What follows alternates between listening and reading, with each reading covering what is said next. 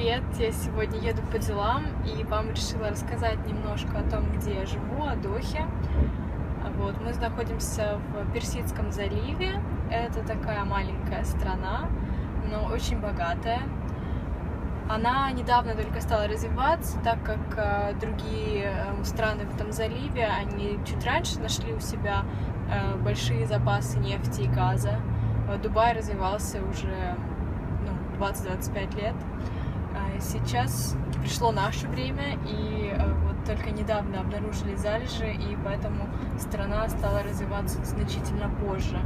Но от этого у нее не меньше потенциала для роста. Вот, и на этих выходных я была в Дубае, как бы немножко могу сравнить. Дубай просто огромный мегаполис, он мне напоминает очень Москву, очень много дорог, развязок, в принципе, все хорошо связано и устроено, но я как-то, честно говоря, отвыкла уже от такого масштаба города, и для меня это уже немного напряжно. Я люблю такое спокойствие, комфорт, люблю, чтобы можно было там пешком пройтись где-то, и я не скажу, что здесь можно много ходить пешком, но, по крайней мере, у нас здесь прям недалеко от тех мест, где мы живем, вот есть парки, и у нас есть прекрасная набережная. Вот сейчас я пытаюсь вам показать, как это выглядит. Вот сейчас я еду по Корниш. Это набережная и главная связующая с центра города, то есть она связывает деловой центр и старый культурный центр города.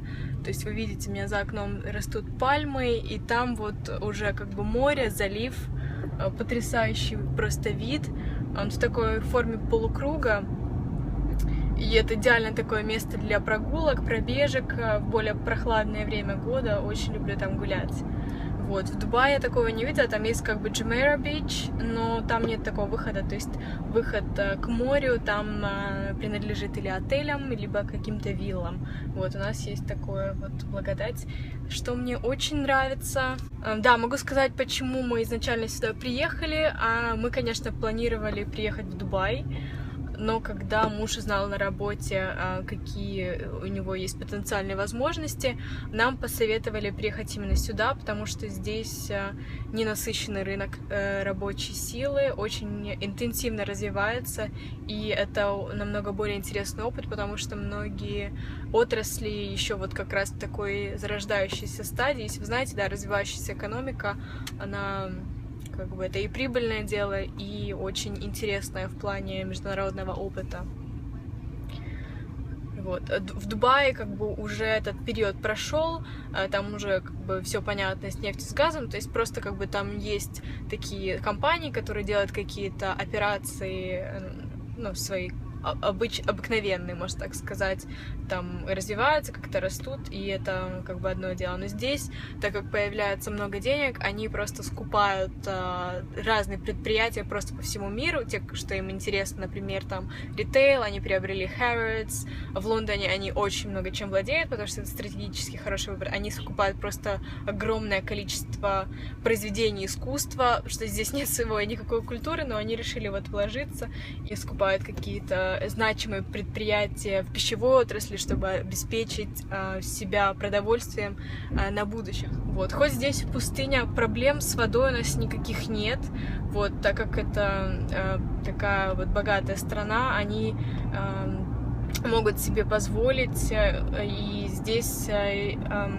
опресненные огромные заводы, которые производят достаточное количество и воды, то есть нет никакого ни кризиса, ни недостачи. Многим вода, может быть, не очень нравится по составу, она просто другая, вот, но я бы не сказала, что она какая-то плохая, или она какая-то хуже или лучше. Во всех странах вода разная. Вот я, например, ненавидела просто воду в Лондоне, она ужасно жесткая, и волосы просто как какой-то наждак, никакая маска там даже не помогает. Здесь она такая довольно мягкая, но нормальная. Многие там жалуются, что у них там начинают волосы как-то выпадать. Я такого замечала на себе, да, но это скорее была от смены климата. И потом, когда ты уже привыкаешь, нормально. То есть мы даже не платим никакие там бешеные счета за воду. Это, в принципе, даже все бесплатно пока. Есть, конечно, проблема с холодной водой, вот жаркое время суток. Это на самом деле такая роскошь, если у вас вы открыли кран с холодной водой, у вас течет холодная вода, то есть с горячей вообще нет никаких проблем. Вот. Питьевая вода, то есть из-под крана мы не пьем, а питьевую воду нужно заказывать. И здесь тоже есть хорошие компании, крупные, у которых это все налажено. Там приходят такие вот индусики и приносят вам такие 30-литровые ботели с водичкой. Меня постоянно спрашивают все одно и то же, что друзья, что где-то задают какие-то вопросы в Инстаграме там или в Аске. Расскажи, вот как ты живешь в арабской стране, там же все так закрыто, все такое консервативное, ты, наверное, там ходишь в паранже. Да, наверное, да. Вот я вам расскажу тогда больше. Страна, в которой мы живем, она такая маленькая, да, она закрытая, сюда сложно попасть, здесь не так много туристов. Но здесь есть много там транзитных пассажиров, поскольку Qatar Airways очень крупная компания, и у них иногда бывают транзитные пассажиры. В основном такое распределение народа, то есть есть местные, которых примерно 20%. Они владеют всем, что здесь находится, и всеми ресурсами, всеми бизнесами, всеми предприятиями. Они богатые люди, они особо как бы не парятся по жизни. Они либо владеют бизнесом, либо им дают работу, которая очень хорошо оплачивается, они живут и не тужат. Вот. Вторая, наверное, 50% приезжих здесь — это рабочие. То есть они никак не могут сами управляться там со своим бытом. У всех служанки дома из Индии, из Филиппин. Это очень как бы развито, потому что они ничего не могут сами делать. Вот. И почему как бы они должны были это сами делать, если они могут выслать там из Филиппин какую-нибудь там девочку или там теточку, которая будет им там за $1000 в месяц, а то и меньше, делать там какую-то домашнюю работу. То есть они используют импортный труд, то есть они импортируют работников, чтобы выстраивать свою страну. Весь город, он весь построен иностранцами.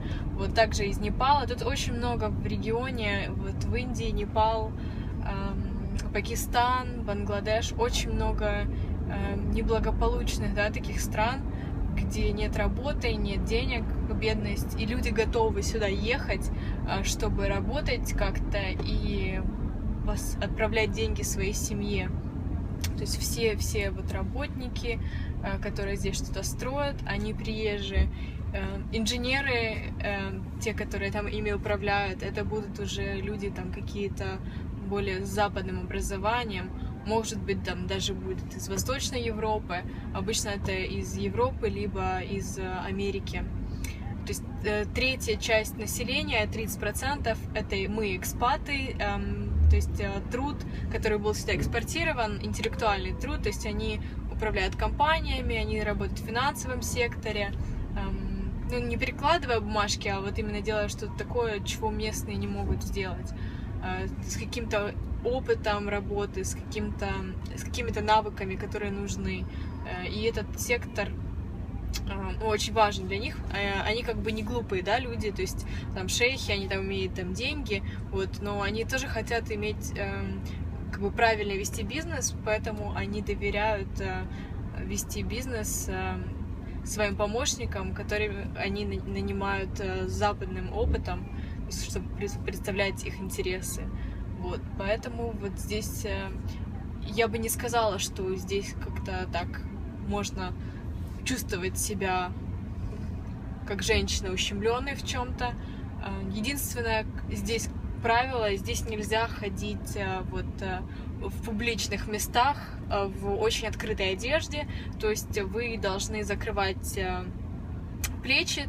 В принципе, вот в такой маечке тоже можно пойти где-то летом, на вас как бы там не наорут, вот, но вот именно на бретельках там или вот так вот, если у вас кофточка без ничего сверху, это как бы не принято.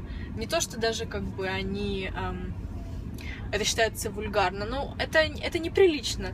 Это если бы там вы надели на себя там какой-то мешок просто, да, на голову, вот они так это видят. То есть арабки, они выглядят всегда элегантно очень, и у них вот закрытое одеяние и не облегающее.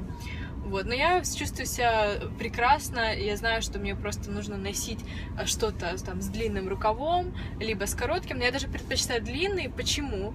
Потому что куда бы ты ни пошел, там очень сильно работают кондиционеры, и там просто очень холодно, я всегда замерзаю, вот, и когда я еду в машине, тоже там могу включить кондиционер, никакой проблемы в этом нет. Вот. Так же самое и с низом. Нельзя носить юбку выше колена, неприлично. Ну, если там до колена, чуть выше, не страшно, как бы. Главное не выглядеть супер там вульгарно, остальное допустимо. У меня как бы с этим проблем не было. Вот. Но так же самое вам скажу, что холодно, и вот удобнее всего там ходить в джинсах, либо в там какой-то юбке-карандаше до колена. Такие длинные вот юбки, все русские девочки, которых я знаю, там в Дубае, вот я всегда вижу, они ходят вот в длинной юбке в пол, там или в платье, там в каком-то пиджачке, это как бы у них такой деловой стиль. Но я не знаю, мне не кажется, что это элегантно, пусть уже как бы они придерживаются как бы восточного стиля, вернее западного стиля, да, но как-то будут более сдержаны. Вот в брючных, любых костюмах прекрасно ходить. То есть в этом я совершенно себя не чувствую никакой ущемленной. Ну да, летом нельзя носить какие-то летние платья, но тоже не везде. Если вы пойдете в какой-то ресторан, в гостинице, здесь главные рестораны, в которых разрешено подавать алкоголь, они находятся в гостиницах, то есть они рассчитаны, ну, иногда на местных, иногда на приезжих, тех, кто приезжает по бизнесу, либо там в отпуск, и на нас, западных экспатов, то есть там западные правила, и нет никаких ограничений в плане одежды, то есть если у меня какое-то есть красивое вечернее платье, там открытое, там с одним рукавом, например, там, или вот такое даже короткое, я его без проблем могу надеть в ресторан, когда я иду, либо есть несколько даже баров, куда можно пойти и надеть то, что вам хочется надеть, там сфотографироваться, нет никаких проблем. Вот единственное, вот только летние там какие-то платьички такие, как бы некуда даже носить, вот, но их можно приберечь для отпуска, там, слетать куда-нибудь на Мальдивы, там, и там их прекрасно поносить. Местный народ здесь ходит в национальной одежде, и даже если вы там ходите на какие-то мероприятия, там иногда написано в дресс-коде, там, например, black tie или national attire, то есть национальная одежда. Что это значит? Женщины носят платья черные, либо другого цвета, но сверху у них одета абая. Это такое, как кимоно, иногда оно бывает закрыто, иногда некоторые даже носят нараспашку, вот с таким длинным рукавом. Мужчины носят цауп, это такая белого цвета рубашка, то есть вверху она выглядит, в принципе, очень как западная рубашка, длинная, то есть это как рубашка, такое платье. В принципе, красивые мужчины, стройные, арабские, выглядят в этом очень элегантно. И у них тоже на голове такой убор. Более такие продвинутые, модные женщины одеваются как-то более по-европейски, открыто. То есть они часто даже выставляют вот часть волос впереди и не считают это как-то каким-то странным. Здесь есть очень красивая женщина, которая икона моды для всех в Катаре, это Шейха Моза, вы можете посмотреть на ее стиль. Она носит очень известные бренды, все там Dior, Valentino, вот, но когда шьют именно для нее, всегда делают так, что как бы, да, здесь плечи будут закрыты, и юбка будет там длиннее, там ниже колена обязательно, вот.